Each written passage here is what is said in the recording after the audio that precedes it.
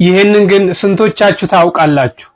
ኢትዮጵያ ውስጥ እመቤታችን ቅድስት ድንግል ማርያም የልጇን ልብስ ያጠበችበት ውሃ እንዳለና ይህም ውሃ ደግሞ ጸበል ይሆን ዘንድ እስከ ዓለም ፍጻሜ ድረስ እንደተባረከ እንዲሁም ደግሞ ይህ ቦታ እመቤታችን በየዕለቱ ሌሊት 8 ሰዓት ላይ በጉልላት ላይ በመሆን አራቱንም አቅጣጫ ተባረክ ዘንድ ልጇ እንዳዘዛት ስንቶቻችሁ ታውቃላችሁ? ስፍራው ጌታችንና አምላካችን መድኃኒታችን ኢየሱስ ክርስቶስ ከእናቱ ከቅድስት ድንግል ማርያም ከቅዱስ ዮሴፍና ከቅድስት ሰሎሜ ጋር በተሰደደ ጊዜ ያረፈበት ስፍራና በውሃውም እመቤታችን ቅድስት ድንግል ማርያም የልጇን ልብስ ያጠበችበት በመሆኑ ውሃው ጸበል ይሆን ዘንድ እስከ ዓለም ፍጻሜ ድረስ ተባርኳል። እንግዲህ በዚህ ቅዱስ ስፍራ ጌታችን ከእናቱ ጋር በማረፉ ለእናቱም ደግሞ በቃል ኪዳን ሰጥቷታል። በየዕለቱም ሌሊት 8 ሰዓት ላይ በጉልላቱ ላይ በመሆን በአራቱም አቅጣጫ ተባረክ ዘንድ እናቱን አዟታል። እርሷም በዚህ ቦታ በመገኘት በየዕለቱ እየተገኘች ሕዝቧንና ሀገሯንም ተባረካለች ማለት ነው። እንግዲህ ይሄ ቦታ ሚጣቃ ማኑኤል ተብሎ ይጠራል። ይህ ሚጣቃ ማኑኤል ጠበል በሀገራችን በፈዋሽነቱ እጅግ ታዋቂ ከሆኑት መካከል አንዱ ነው። ወደዚህ ታሪካዊ ገዳም ወደ ሚጣቃ ማኑኤል ማለት ነው ታላቅ መንፈሳዊ ጉዞ ተዘጋጅቷል። እንግዲህ ጸበሉ ሁሉ በተለይ ለአንጀት ቁስለት፣ ለአንጀት መድማት በሽታ ላለባቸው በሙሉ ፈዋሽ የሆነ ጸበል ነውና ይህን ታሪካዊ ቦታ ይህን የበረከት ቦታ ሁላችንም መጋቢት 20 ቀን 2018 ዓ.ም የደርሶ መልስ ጉዞ አዘጋጅተናል። በተቀመጡት ስልክ ቁጥሮች ደውላችሁ ወደዚህ የበረከት ቦታ አብረን ተጉዘን እንድንመጣ በፍቅር ጠይቃችኋለሁ። ለሌሎችም እንዲደርስ በደንብ ኮፒ ሊንክና ሼር አድርጉት። የቀን ጉዳይ እግዚአብሔር ያውጣው ብዬ ነው እንጂ እኔ ዘላለም አሁን ስብከቶቹን ስሰማ የቅርብ ቀኑ እኔ በቃ እግዚአብሔር ገደለው እንበል ብቻ እንጂ ወደፊት እናወራለን፣ ወደፊት እናወራለን። እኔ ቀኝ ትከሻዬን ሸክኮኛል በእውነት የዘላለም ሞት። አሁን ስብከቶቹን ስሰማ አትግደሉን፣ ለምንድን ነው ፂም ያላቸው አባቶች የሚገደሉት? አትግደሉን እንኳን ማለት ወንጀል ሆነ። ገዳዮቹ በነፃነት ያለምንም ጠያቂ ይንቀሳቀሳሉ። ሰው ምንም ይሁን በሰውነቱ ሊከበር ይገባል። ምንም ቋንቋ ይናገር፣ ጾታው ምንም ይሁን፣ ምንም ሃይማኖት ይመን፣ በሰውነቱ መከበር አለበት። ሰው እኮ ክቡር የእግዚአብሔር ፍጡር እኮ ነው። ነገር ግን ዛሬ አንዳንድ ሰዎች ከአራዊት ከፍተው በጠራራ ፀሐይ ንጹሃን ኢትዮጵያውያንን በተለይም የኢትዮጵያ ኦርቶዶክሳዊት ተዋሕዶ ልጆችን ማተባቸውን እያዩ መስቀላቸውን እያዩ አርደው እየጣሏቸው ነው ያሉት። በሀገራችን አትግደሉ ማለት ለምን ወንጀል ይሆናል? ለምንድነው አረጋውያን የሚገደሉት? ኦርቶዶክሳውያን ተጨፈጨፍን አለቅን ብሎ ወዲያውኑ አባብጦ ፊቱ ተለዋውጦ የሚሞትበት ምክንያት የለም። እሱ ወደፊት እንነጋገር። አሁን እንደዚህ ነው ባልተጨበጠ ነገር ማውራት አንችልም እንጂ መጠርጠር ግን እንችላለን። እኚህ የወልዲያውም አባት ሰላም ይምጣ ፍቅር ይምጣ መንግስትም ልበሰፊ ይሁን በአውደ ምሕረት ላይ የሚናገሩት ወደ እርቅኑ መሞት ይብቃን ኦርቶዶክስን መግደል ይቁም ይሉ ነበረው። ይሄው ሄደው ገደሏቸው።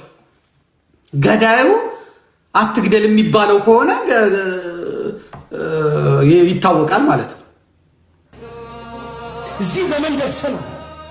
ዛሬም አስጨናቂዎቻችን ብዙ ናቸው። ጠላቶቻችን ብዙዎች ናቸው። በግብፅ ምድር ከእስራኤል ወንዶቹ ሲወለዱ እንዳያድጉ እየታነቁ ይገደሉ ነበር። አዋላጆቹ ይገርማቸው ነበር። ሊቀ ነቢያት ሙሴ ሞት በታወጀበት ምድር ላይ ነው እኮ እግዚአብሔር በድንቅ ስራው ጠብቆ ሕዝቡን ሊያድን የተነሳው። ዛሬ ሞት ያወጁብናል። ይህም ቀን ግን ያልፋል ወገኖች። ሞታችንን እግዚአብሔር መልአኩን ልኮ ለሕይወት ይቀይራል። ዛሬ ይህም በዓል ስናከብር እነሱ ነፃ እንደወጡ እኛም ነፃ እንወጣለን። እንዳለቀስን አንቀርም። ደማችን እንደፈሰሰ አልቀርም። ክርስቲያኖች በቁማቸው እንደ በግ እንደታረዱ አንቀርም። አብያተ ክርስቲያናት እንደቃጠሉ አንቀርም። ለሀገር ለወገን የሚጸልዩ መነኮሳት በገዳም ሲታረዱ አይተንን እንዴ? መሆን የሚፈለገው እንደ አቡነ ፋኑኤል ነው። አቡነ ፋኑኤል በቃ መንግስታችን የታባለው አጫሉ ኪያ እኔ ወደ አንተ እስክመጣ ድረስ አጫሉ መኪያ ያጉርባ ኪያ ያጆሌ ኪያ እኔ ወደ አንተ እስክመጣ ድረስ ተንገብግቤ መሞቴ ነው ይላል። እዚህ ስንትና ስንት ክርስቲያን እየታረደ ሆዳቸውን የሚወጥቅላቸው ክርስቲያኑ ነው። የሚያበላቸው የሚያጠጣቸው ክርስቲያኑ ነው። ምን እንገራችሁ? ሁለቱን ጆሮአችንን እኮ ጨው የሚያደርግ ነገር እኮ እየሰማን እያየን ነው። እዚህ ነው የሞት ነው ምንቆጥረው አስክሬን ነው። ድምፅ አራዊቱን፣ ግርማ ሌሊቱን፣ ጸባጋንንቱን ታግሰው በጾም በጸሎት በስግደት ተጠምደው ዓለምን ንቀው የሚኖሩ መነኮሳት አራዊት አስለምደው ይኖራሉ። ከአናብርት ጋር ይኖራሉ። አንዳንድ ሰዎች ግን ከአውሬ ከፍተው ገዳማቸው ድረስ ገብተው አርደዋቸዋል። ምን ያልተፈጸመ ግፍ አለ። አንዳንድ ቤተክርስቲያን ካህናት ዲያቆናት ቀድሰው ሲወጡ ታርደው የለ። በጉባኤ ቤት ውስጥ ሊቃውንቱ መምህራኑ ከደቀ መዛሙርቱ ጋር አብረው ተገድለው የለ። ዛሬም እኮ ሌላ ፈሮናውያን እኮ አሉ። ሊገሉ ይችላሉ። የቀን ጉዳይ እግዚአብሔር ያውጣው ብዬ ነው እንጂ ዘላለም አሁን ስብከቶቹን ስሰማ የቅርብ ቀኑ እኔ በቃ እግዚአብሔር ገደለው እንበል ብቻ እንጂ ወደፊት እናወራለን። ወደፊት እናወራለን።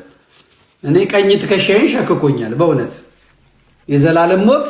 አሁን ስብከቶቹን ስሰማ አትግደሉን፣ ለምንድን ነው ፂም ያላቸው አባቶች የሚገደሉት? በሀገራችን አትግደሉን ማለት ለምን ወንጀል ይሆናል? ለምንድን ነው አረጋውያን የሚገደሉት?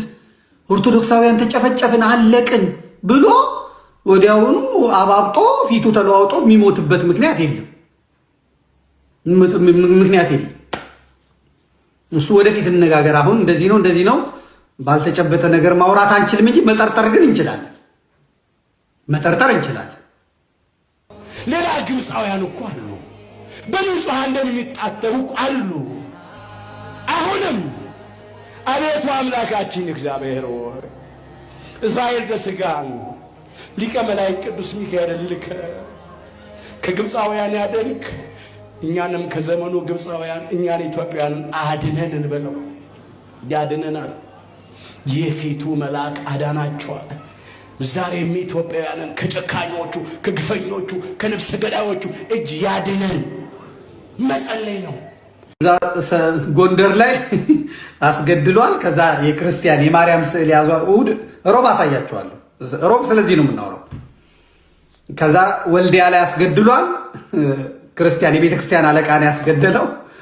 ከዛ በኋላ ደግሞ አሁን ወይ ሙጂባ ሚኖን ወይ አህመድ ዲን ጀበልን ወይ አቡበከርን ጠብ ያስደርገዋል። የሚነሳውን ጠብቁ እና አሁን የብሔራዊ መረጃ ደህንነቱ እንትና ናቸው። ይህ ስልጤው ማነው ስሙ? ሬድዋን ሁሴን ነው። የአዲስ አበባ ፖሊስ ምናምኖቹ እስላሞች ናቸው። ምክትል ኮሚሽነሮች በአጠቃላይ እስላም ነው። ኔትወርኩን የያዘው የደህንነቱን የጦሩን የምኑን የያዘው እነሱ ናቸው። ማን ምን እንደሚሰራ ማን ምን እንደሚያደርግ የሚያውቁት እነሱ ናቸው። እስካሁን ለሞቱት ሰዎችም እነሱ ናቸው። በፕላን ነው የሚሰራው። ሊስት ወጥቶ ነው የሚሰራው። አሁን ጎንደር ላይ የገደሏቸውን ሰዎች ይዘው ፍርድ ቤት አላቀረቧቸውም። ተኮሱ፣ የሆነ ልጅ ገደሉ። የገደለው ይሄ ነው አሉ። እግዚአብሔር ያሳያችሁ። ገደሉ የሆነ ሰው፣ ከዛ የገደለው ይሄ ልጅ ነው ብለው መጽሐፍ ቅዱስ ይዞ ከኋላ የእመቤታችን ልጅ ያለ ወጣት ልጅ የገደለው ይሄ ነው አሉ። የወልዲያውን አባት ማን እንደገደላቸው አይታወቅም አሉ። መሀል ከተማ ማለት ነው። ምናልባትም አንድ ሁለት ጳጳስም ሊገሉ ይችላሉ። ምን አለበሉኝ? አብይ አህመድ አሁን ይሄን ባያደርግ ምን አለበሉኝ? ምን መዝግቡልኝ። አህመድ ዲን ጀበል ወይም አቡበከር ወይም ይሄ ሼህ አሊ ምናምን አሁን ምክንያቱም ጎንደር ላይ ገለዋል። አሁን የቤተክርስቲያን አስተዳዳሪ ገለዋል። አሁን ከቄስ ወደ አስተዳዳሪ መጥተዋል። ከአስተዳዳሪ ወደ ጳጳስ ነው የሚመጡት። አሁን ተወዳጅ ጳጳሳትን፣ ሼኮችን፣ እነዚህ ኡስታዞችን ከሰባኪያንም ሊገሉ ይችላሉ። አሁን ከመምህራን ሊገሉ ይችላሉ። ስላለቀሱ እኮ ነው እግዚአብሔር ለበቀል የተነሳው። እግዚአብሔር ይበቀላል። ዛሬ እናልቅስ፣ እንባችንን እናፍስስ። ወንጀል ሆነ። ገዳዮቹ በነፃነት ያለምንም ጠያቂ ይንቀሳቀሳሉ። ደሙ ሳይደርቅ እንባው ሳይታበስ በየቀኑ እያዘናጉ 3ቱን 5ቱን 6ቱን ይገድላሉ። ማይጠይቃቸዋል እንደፈለጋቸው። የሚረዳኝ የለምና ከኔ አትራቅ ማለት ያስፈልጋል። የሚረዳን የለም ከኛ አትራቅ፣ አድነን፣ ታደገን እንበለው። ያድነናል፣ ይታደገናል። ዛሬም ለኛ እግዚአብሔር ይደርስልናል። እስኪያቸው የምናገረው ውሸትን ከሆነ ከዘመዴ ያነሰ ዝም ብሎ መረጃ የሚሰጥ አይደለም። ዝም ብሎ ቁጭ ብሎ ጸጉሯን እንደዚህ እንኳን የምታረግ ሴት እንኳን ጊፍት ጋለሪ ይሞላላት። መረጃ የሚሰጡማ ሌላ ነው። አሁን ዝም ብላችሁ አንድ ፓርከር የሚባል ሰው እያለ ነጭ ወጣት ነው። ፓርከር ብላ በቃ ልክ እንደኔ የሚያወያየው ዘመዴ ያስገርማል ነው ያልኩት። ነን ስቶፕ ነው ሰውየው ደግሞ ስፔሲፊካሊ እኔ እንደውም ሁሉንም ከግራም ከቀኝ 4-5 ሰው ነው ማወያየው። የተለያየ አንተሳብ ያላቸው ፓርከር የሚባለው ሪፐብሊካን ነው፣ ራሱን የለየ ነው፣ የትራምፕ ደጋፊ ነው፣ የትራምፕ ተቃዋሚ ነው፣ ዲሞክራት ነው፣ ትራምፕን ይቀጠቅጣል። በትራምፕ ደጋፊዎችም በዲሞክራቶችም መድረኩን ስለከፈትክልን ብለው በሚገርም ሁኔታ ስፖርት ያደርጉታል። ጊፍት ጋለሪ እሱ አይጠይቅም። ቶሎ መምጣት እንዳለባቸው ያውቃሉ፣ ቶሎ ይሞላሉ። የኛ ህዝብ ለምንድነው እስክንነግራቸው ነው ስንነግር። አሁን እኔ የኔ ጋር ብዙ ጊዜ ፖለቲካና ጠጠር ያለ ነገር ለመስማት የሚወጡ ሰዎች ስለሆነ አያውቁም ነበር። ልክ እኔም እንዳንተው እዚህ አንዳንዴ ጌሞች ስጫወት ምናምን ጌመሮች እየመጡ ይሄን ማድረግ አለብህ ምናምን ሲሉኝ እኔ መናገር ጀመርኩኝ። በፊት የነበሩ ልክ ላይቭ ስገባ መቆራረጦች እንድትገጣጥም የሆኑ ለአንተ መነግርህ የነበረው ፕሬዝኖች ምናምን ይመጣሉ ነበር። አሁን እየቀነሰ ቀጥታ ውይይቱን ማወያየት ጀመርኩኝ ማለት ነውና ይሄ እንትን አይደለም። ዘመዴ እንዳልኳችሁ መረጃ ይዞ የሚመጣ ሰው ነው፣ የሚተነትን ሰው ነው። ቁጭ ብላችሁ እዚህ ጋር ቁጭ ብለን እንሰማለን። ቲክቶኩ የፈቀደው ነገር ነው። ዘመዴ ራሱ አበባ አልቀረጸም፣ ኮፍያ አልቀረጸም። ጊፍት ጋለሪ እዚህ ጋር ሷር ያስቀመጠው ሲስተሙ ራሱ ያስቀመጠው ስለሆነ ፕሊስ በሚገባ ሰዓት እሱ እንኳን ቢዘነጋ የመጀመሪያ ተቀዳሚ ተግባራችን መሆን ያለበት የዘመዴን ጊፍት ጋለሪ አንድ ሳምንት ነው ያለ፣ በአንድ ሳምንት ውስጥ ነው ማስሞላት ያለበት። ኦኬ አርብ ባደርገውስ ያው አርብ ነው በሳምንት አንዴ ከሰኞ እስከ እሑድ ነው እስከ ሚድናይት ድረስ። ስለዚህ አርብ ላይ አሁን ልክ ስታድግ ጊፍት ጋለሪም እያደገ ይመጣል እና አንበሳ እና ቲክቶክ ዩኒቨርስ ምናምን ይሁን እያደጉ እየሰፋ ይመጣል ወደ ኤ ለመድረስ ወደ ትልቁ ቻሌንጅ ትሄዳለህ ማለት ነው። ኦኬ ስለዚህ ፕሊስ ይሄን የምታደርጉ ደግሞ የዘመዴ ወዳጆች አለፈ ሲልም ደግሞ ኢቭን ወዳጆችን ባትሆኑ ሲስተሙን የምትረዱ በሙሉ ከምትችሉት ጀምሮ አበባው ከሞላ ወደ ኮፍያው ከሞላ ወደ ዶናት ከሞላ ወደ ማለው ካልሲ የሚወጡ ወደ መዛጋ የሚጠይቀውን እየሞላችሁለት አካውንቱን ጠንካራ አድርጉለት።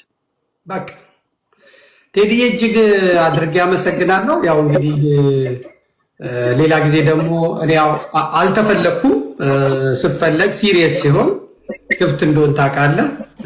የሰሩት ፕላትፎርም አይደለም ቻይኖች የፈጠሩት ነው። እነሱ ደግሞ ጊፍት ጋለሪ ያስሞላ ይሉታል። ያን ጊፍት ጋለሪ ደግሞ እያያችሁ እንትኖችም ሞዴሬተሮችም ስጥና ኦርጋናይዝድ ሆነው የምታውቃቸውን ሰጥተህ እነሱ ኮመንት ላይ እንዲያስታውቁ አንተ መናገር አይጠበቅብም። እነሱ ጎበዞች ይናገራሉ ብዙ ጊዜና ሞዴሬተር ውሰዱና ዘመዴ አድማጭ ተመልካችን አስታውሱ።